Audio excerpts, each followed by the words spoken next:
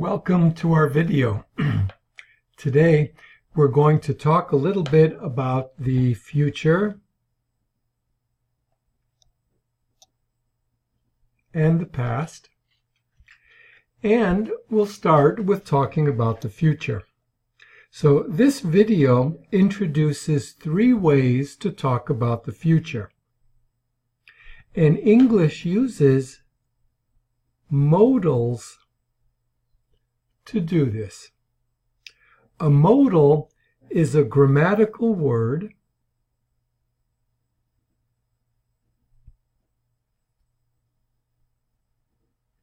or it can be an expression, more than one word, that indicates the speaker's attitude toward an action. For example, we're not going to talk about future, but let's take a look. You should fix that door. Now, should is a modal, and it indicates the speaker, me, thinks it's a good idea to fix that door, or we have some obligation to fix that door. But today in our video, we're talking about expressing the future, so we're going to talk about using the modal expression be going to. And when we're talking about the future or later than the present, what we'll be looking at is using am going to, are going to, and is going to express the future. Now, many people think that, well, you want to talk about the future or later than the present, we just use am or are, is, be, is going to. But actually, there's a little bit more to it than that. Now, Standard English uses this modal phrase to express 3 different attitudes, and maybe you'll be surprised. But for example, when the action expresses a planned, definite, future event, we use am or is or are going to. For example, Lynn is going to visit her sister in San Francisco. So is going to, I'm using that because I'm talking about a planned action and it's a definite future action. It's going to happen. I know it will. She is going to drive up on Friday. It's a planned, definite future event. They are going to tour the city. She told me, I know that this is going to happen. It's a planned, definite future event. So this is one way and one kind of information that be going to shows us. But we have another. For example,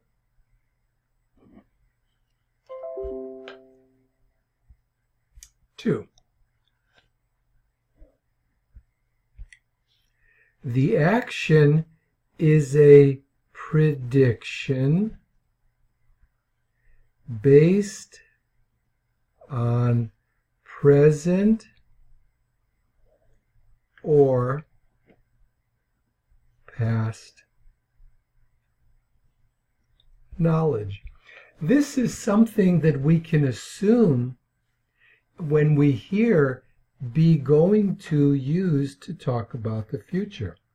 Now, I know Lynn and her sister, and I know lots of things about when they get together.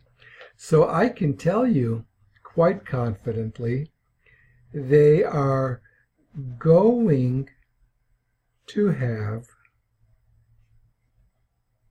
a great time together. This is my prediction based on my present or past knowledge about them. They're going to have a great time together. They always do.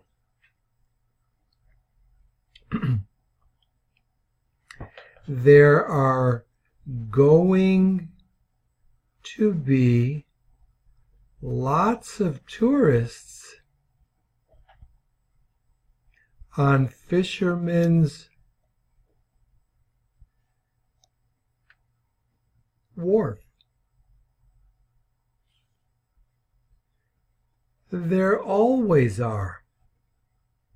This is something I know from present or past knowledge.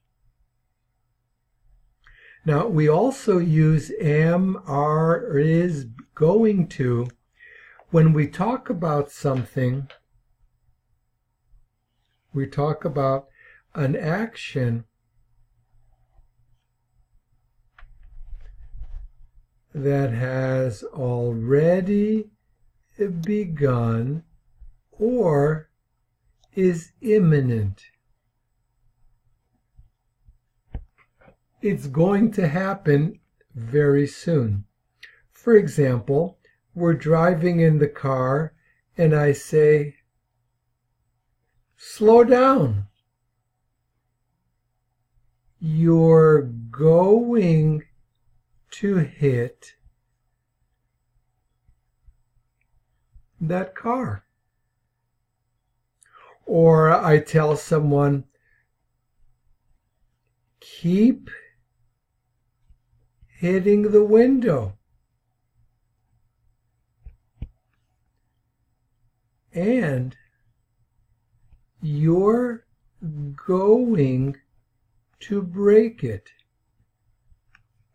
This is how we talk about actions that have begun or actions that are imminent. We use be going to do that. Now, Standard English also uses will. I don't want you to think that we don't use will. We do. And Standard English uses the modal will to talk about future events also. And now will expresses 5 different attitudes or beliefs about an action. 1, when you use will, you use it because the action is unplanned or it's a spontaneous future action. For example, somebody needs some help, and what do you say? You volunteer by saying, I will help you. You know, we use will because it's an unplanned or spontaneous future action. Or you need to leave the room for a minute. You say, I will be back in a moment. This is a spontaneous, unplanned future event. Now, we also use will When we talk about an event,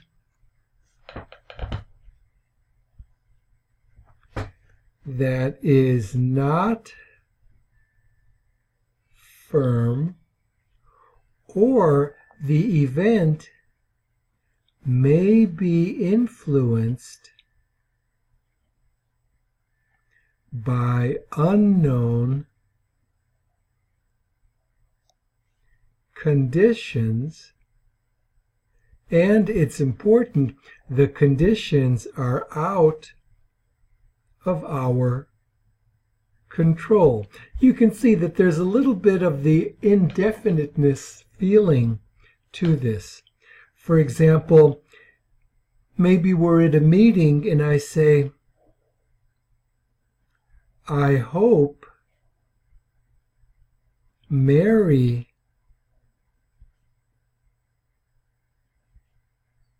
will bring coffee. I'd like some coffee. We haven't talked about it, and I'm hoping that Mary will bring the coffee. It's an unknown condition. It's out of my control. I also use will when the action is a prediction that is not based on present or past knowledge. So, for example, this will be a good year for the San Francisco Giants. Now, I don't really know that. It's just a prediction. It's not based on any present or past knowledge. It's just talking about some event that may or may not happen in the future later than now. There's another way we use will. Will also shows the desire or volition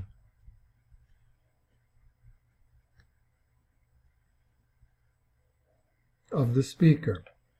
For example, I'm talking and I say to you, I promise I will help you tomorrow. I'm showing you about my desire and my wants. I'm not just talking about a future event.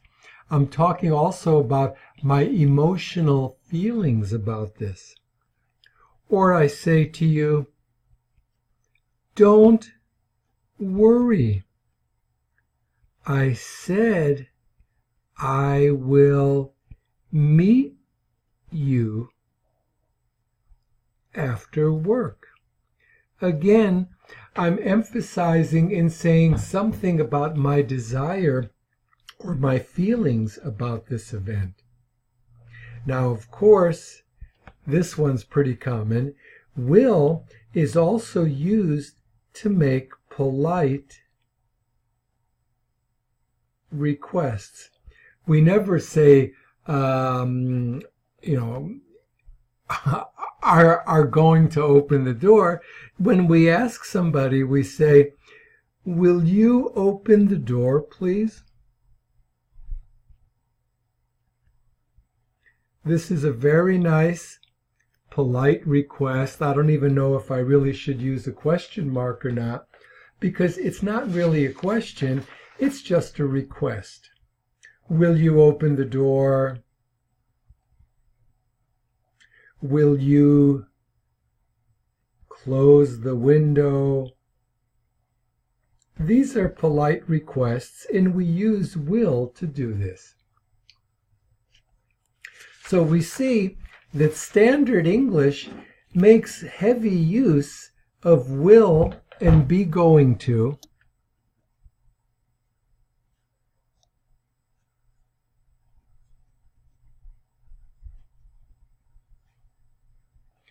talk about future events.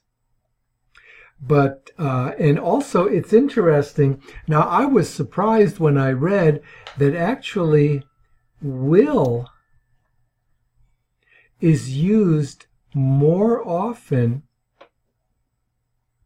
in both writing and speaking.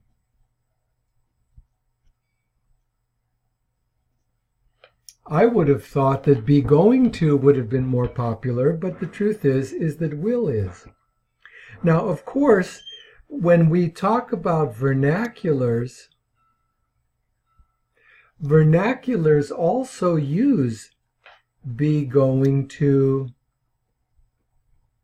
Vernaculars use will, but vernaculars also use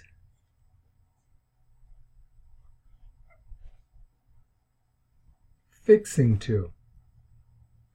For example, maybe you've heard somebody say, "We're fixing to have dinner. Please join us." And fixing to is a modal also, and it expresses some ideas. For example, fixing to expresses the idea of getting ready to do something.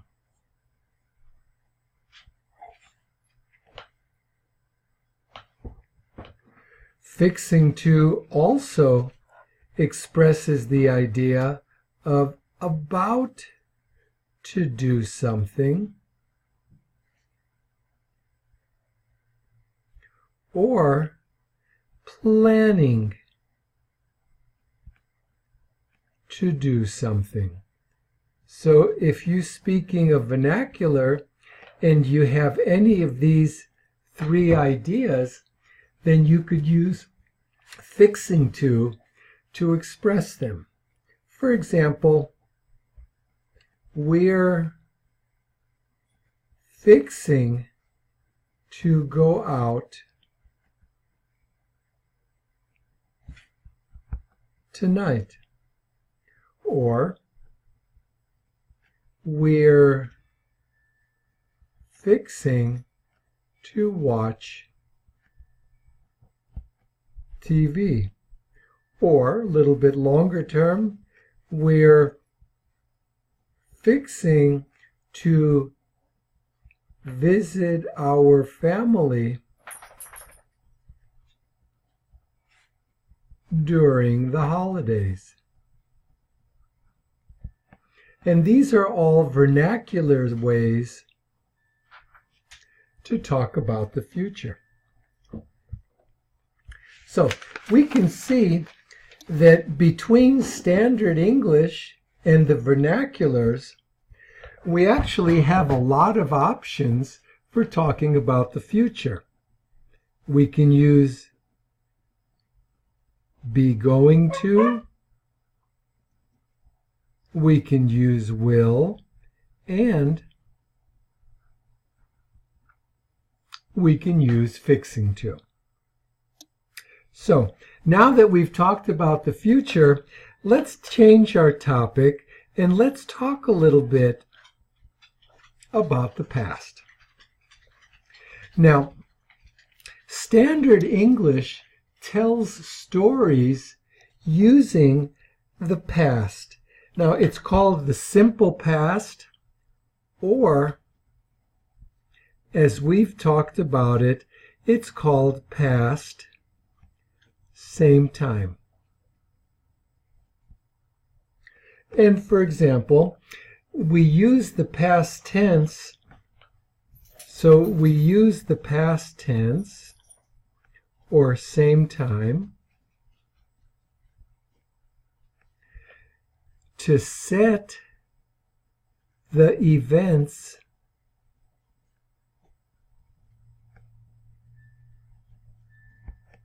of the story. And this past tense, or the past same time, it sets the time frame for the events. Now, Standard English uses the simple past or same time to talk about the important events in the story.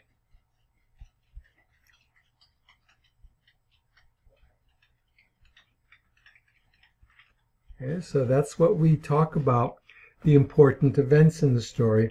And then we use other past tenses, for example, past earlier, or we use past later to show the relationship of other events to this time frame. So we use the past tense, we use verbs from the past same time to talk about the events of the story, and we use the past earlier, for example, had, with the past participle or DTN form, or we use would with the base form or the bare infinitive to talk about other events that are related to that main events in the story. So, for example, let me give you an example of how this works. 3 robbers walked into the bank. So we have past, same time, because this is an important event in the story. Now, the tallest robber told the manager to open the vault. Told is also past, same time, and I use the past same time because this is one of the important events in the story. The manager said no. Said is in the past, same time, because it's also one of the important events. I'm telling you the story of the robbery. Robbers walked into the bank. Tallest robber told the manager to open the vault. The manager said no. The shortest robber, who had seemed like the nicest of them all,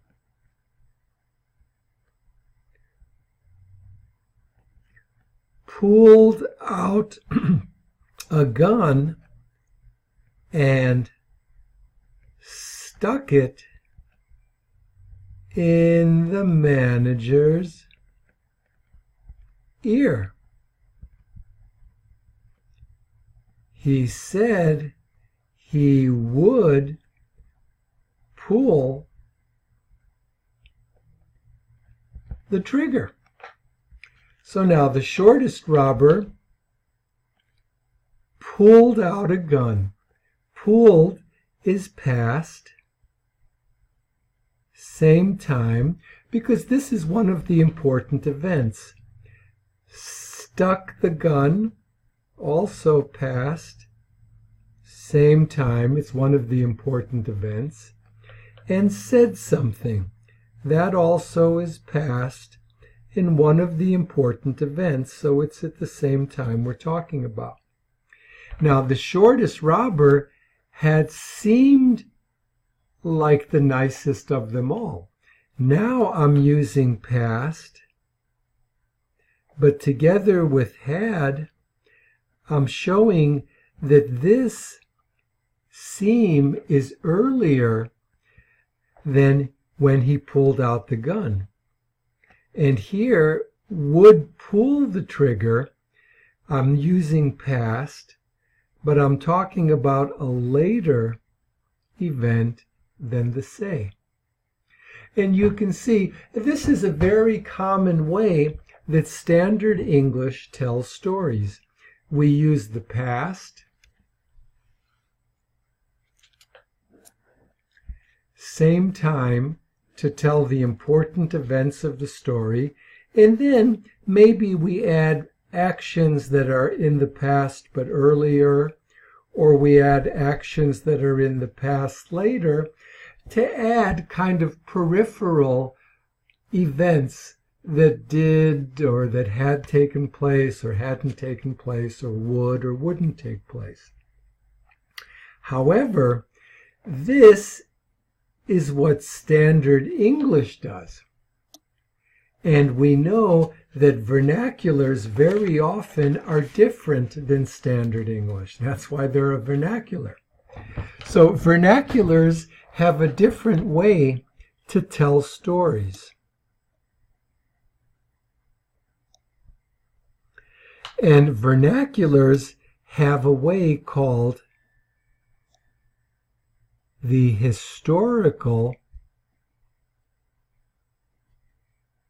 present. And this kind of a style of storytelling, it makes the story, it makes the information much more immediate. You know, we feel that we're there during the story, and that's because the story is told in the present tense.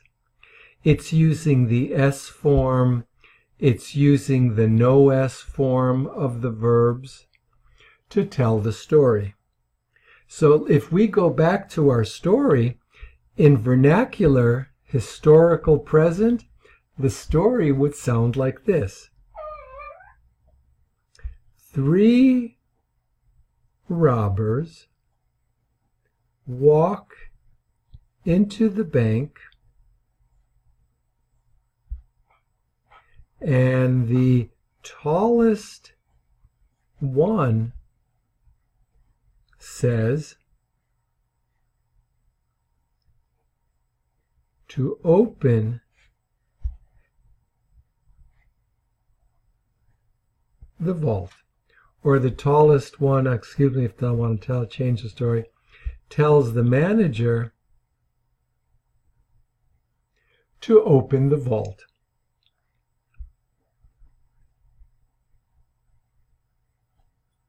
The manager says no. And the shortest robber pulls out a gun.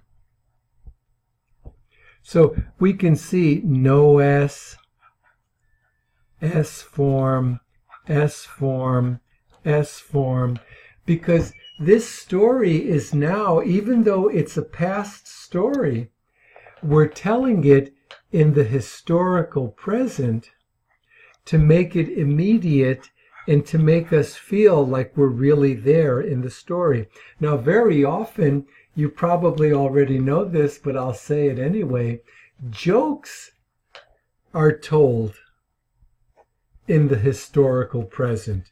So, for example, a man walks into a bar and says, now, unfortunately, I don't know the story, I don't know the joke, but this is how the joke begins. A man walks into a bar and says, this is the vernacular present at work. If this were in Standard English, the joke would begin, a man walked into a bar and said. Now, also, I just want to add one last thing. Now, some European American vernaculars. So vernaculars that are spoken by people who came from Europe use the S form with I in say to tell the story. So for example,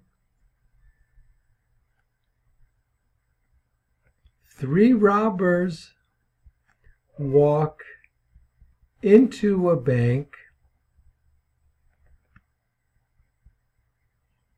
and I says, please